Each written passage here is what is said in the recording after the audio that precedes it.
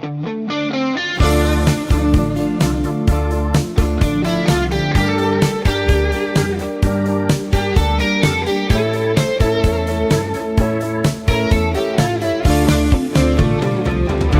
gầm má lia lệ tăng tê hồng thâu ta un ô upan ma bang apat sa sin in sem ni ô dâu gầm má lia lệ tăng tê hồng thâu ta un ô upan ma bang apat sa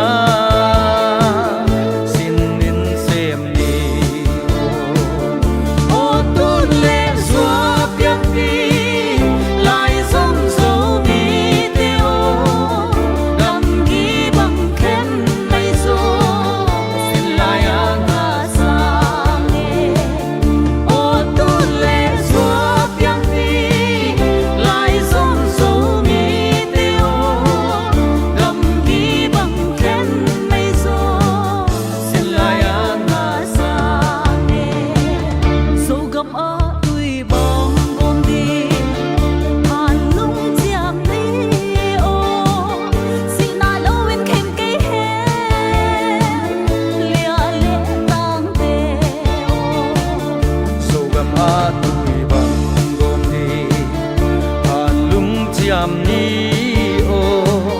sina lowin ken ke he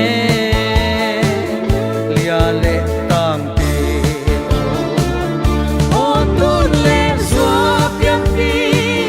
lai som zo bi te o gam gi bang ken mai zo sin lai a nga sa le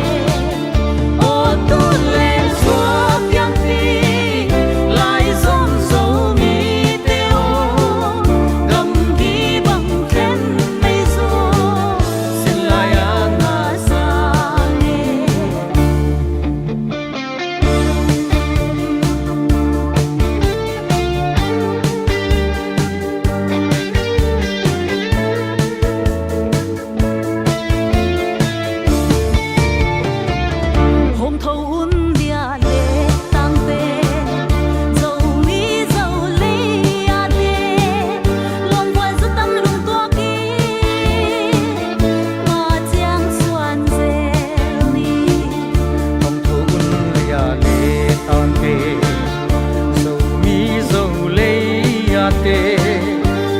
rất tâm lùng tua kín